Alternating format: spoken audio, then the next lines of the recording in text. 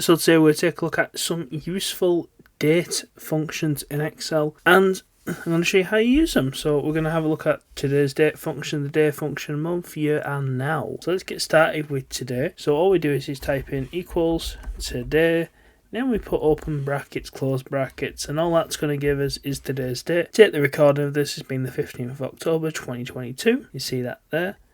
Next, we're going to type in, so to get the date, we're going to type in equals day. We're going to put open and close brackets like that, then we're going to go in the middle, and we're going to type in today like that. Then we're going to put an open bracket again, and we're going to put two close brackets to close that off, so it should look like that. And you're going to see it's the 15th, because it's the 15th of October. And it's going to be a same situation for working out the month.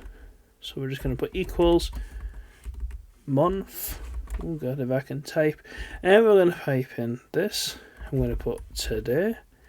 I'm going to put open, close, then a close bracket like that. And it's going to bring back 10. And we can do the same for year, which is year, open bracket, today, open, close bracket, close bracket. It's going to be 2022.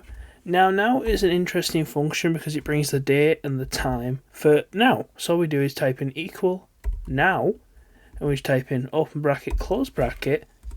As you can see, it's bringing up the time of the 15th of October 2022 at 1947, which is the computer's time. You can see up here the computer's date. So that's some useful functions for date entry on Excel. Please like, comment, subscribe. Hope you found that useful. See you next time.